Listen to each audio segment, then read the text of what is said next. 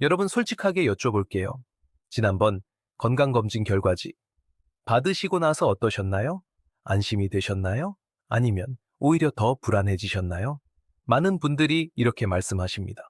검사는 다 받았는데 뭔가 찜찜해요. 그 느낌 괜한 게 아닙니다. 이유가 있습니다. 우리나라에서는 나이가 들수록 더 많은 검사를 받는 게 좋다고 생각하는 경우가 많습니다. 자녀들도 부모님께 이렇게 말하죠. 엄마, 올해도 종합검진 꼭 받으세요.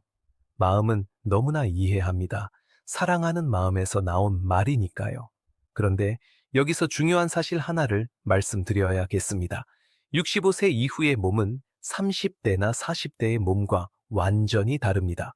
젊었을 때는 이상 소견이 발견되면 적극적으로 치료하고 추적 관찰하는 게 맞습니다. 하지만 나이가 들면 몸 안에서 일어나는 변화들 중 일부는 그냥 자연스러운 노화입니다. 병이 아닙니다. 그런데 검사 수치만 보면 마치 큰 문제가 있는 것처럼 보일 수 있어요. 그게 문제입니다. 불필요한 검사 하나가 불필요한 걱정을 만들고 불필요한 걱정이 불필요한 추가 검사로 이어지고 그 추가 검사가 또 다른 부담을 만듭니다. 몸에도 마음에도 지갑에도요. 실제로 해외 여러 나라의 의사들 사이에서도 이미 오래전부터 이 이야기가 나오고 있었습니다. 어떤 검사는 특정 나이 이후에는 오히려 득보다 실이 많다. 하지만 이 이야기가 일반 분들께까지 제대로 전달된 적은 거의 없었습니다. 오늘 여러분이 이 영상을 보고 계신 건 어쩌면 정말 잘 된 일일 수도 있습니다. 자, 그럼 이제 본론으로 들어가겠습니다. 첫 번째 이야기부터 시작할게요. 첫 번째, 전립선, 암 검사, PSA 검사입니다. 남성 어르신들은 한 번쯤 들어보셨을 겁니다.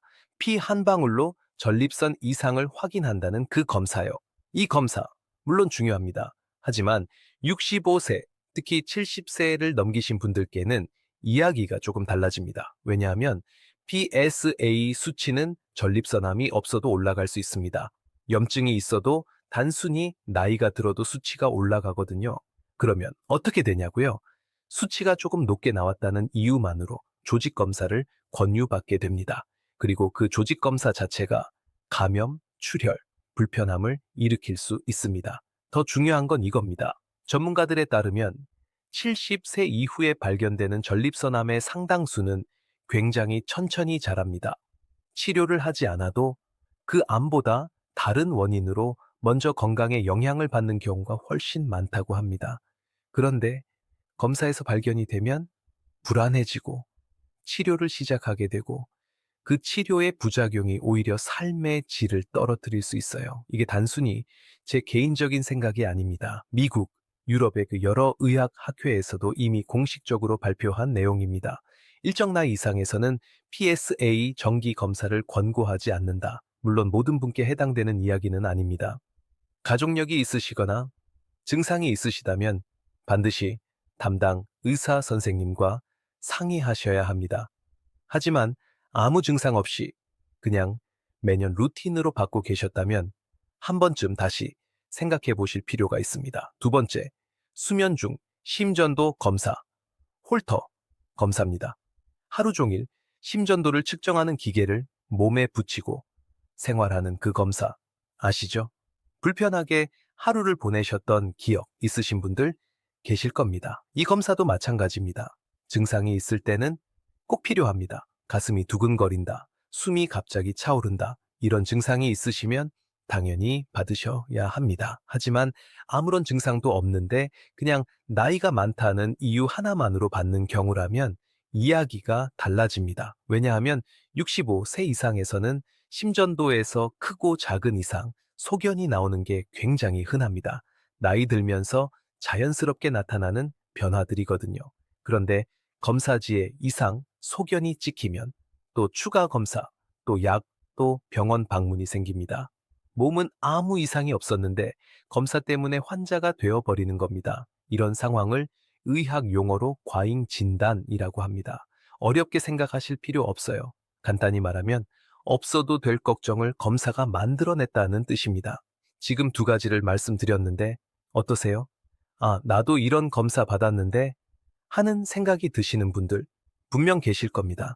그런데 사실 지금까지 말씀드린 것보다 훨씬 더 중요한 이야기가 남아 있습니다. 많은 분들이 아무 의심 없이 매년 받고 있지만 실제로는 65세 이후 몸에 상당한 부담을 줄 수 있는 검사들이 아직 더 있거든요. 그리고 그중 하나는 여러분이 전혀 예상하지 못하신 검사일 가능성이 높습니다. 자, 이제 진짜 중요한 이야기를 시작하겠습니다. 여러분, 혹시 이런 경험 있으세요? 검진을 받고 나왔는데 결과지를 손에 쥐고 집으로 돌아오는 길에 오히려 더 무거운 마음이 드는 거예요. 분명히 건강을 확인하러 갔는데 집에 오니까 괜히 더 불안한 거예요. 그 느낌 절대 이상한 게 아닙니다. 그리고 그 느낌에는 이유가 있습니다. 세 번째, 대장 내시경, 주기가 문제입니다. 대장 내시경, 정말 중요한 검사입니다. 이건 부정할 수 없어요. 대장암을 조기에 발견하는 데 있어서 매우 효과적인 검사인 건 맞습니다.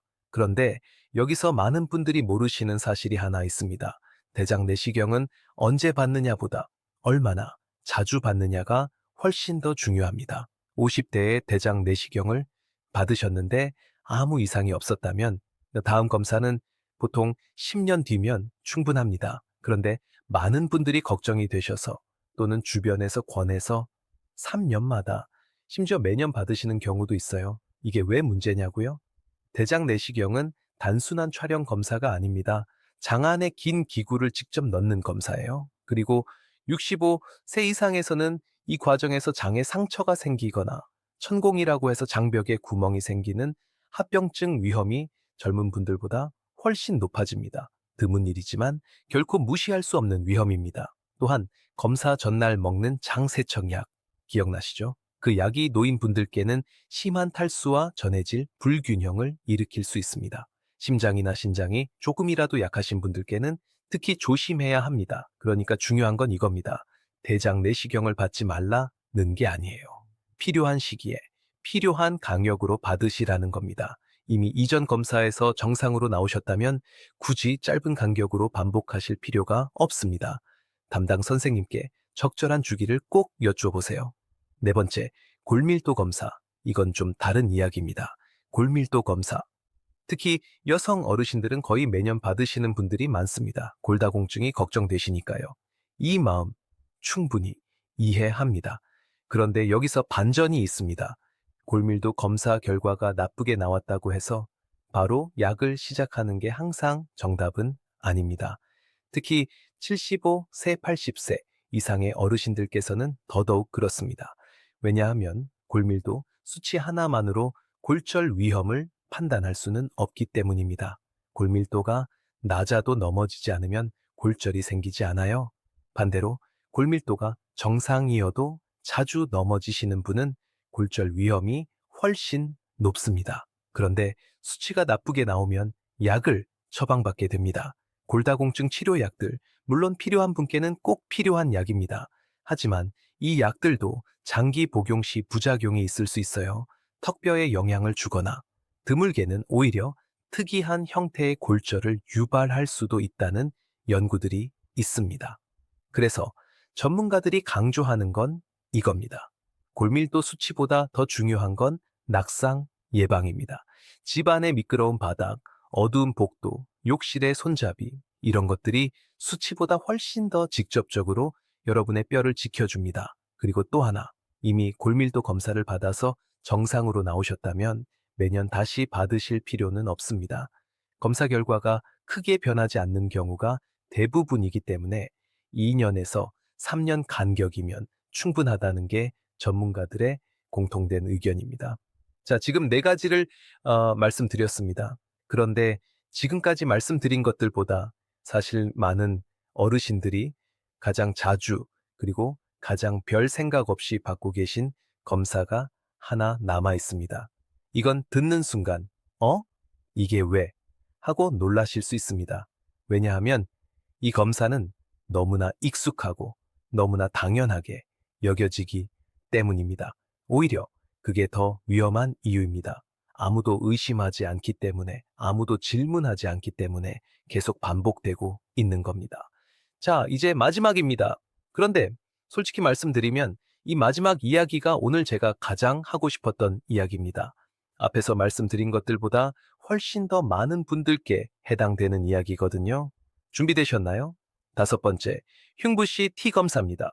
CT 검사요. 그게 왜요? 그거 폐암도 발견하고 심장도 보고 굉장히 좋은 검사 아닌가요? 네, 맞습니다. CT 검사는 분명히 훌륭한 검사입니다. 증상이 있을 때, 의심이 될 때, 꼭 필요한 상황에서는 생명을 살리는 검사입니다. 이건 부정하지 않습니다. 그런데 문제는 따로 있습니다. 요즘 건강검진 패키지에 흉부씨 T가 포함된 경우가 많습니다. 고급 검진, 프리미엄 검진이라는 이름으로요. 그리고 많은 분들이 비싼 검사니까 더 좋겠지라는 생각으로 선택하십니다. 하지만 여기서 아무도 말해주지 않는 사실이 있습니다. CT 검사는 방사선을 사용합니다. 흉부 CT 한 번의 방사선 노출량은 일반 흉부 엑스레이의 약 100배에서 200배에 달합니다. 한 번이니까 괜찮다고요? 하지만 매년 받으신다면요? 2년마다 받으신다면요? 방사선은 몸 안에 쌓입니다. 그리고 65세 이후의 몸은 젊은 몸보다 방사선 영향에 더 민감할 수 있습니다. 이건 제가 만들어낸 이야기가 아니라 국제방사선 방어위원회를 포함한 여러 국제기관에서 공식적으로 경고하고 있는 내용입니다. 그런데 더 중요한 반전이 있습니다. CT 검사는 매우 정밀하기 때문에 굉장히 작은 것들도 다 보입니다. 폐에 아주 작은 결절, 간에 작은 낭종, 신장의 작은 혹, 이런 것들이 발견됩니다. 그런데 이것들 대부분은 아무런 문제가 없는 것들입니다. 나이 들면서 자연스럽게 생기는 변화들이에요.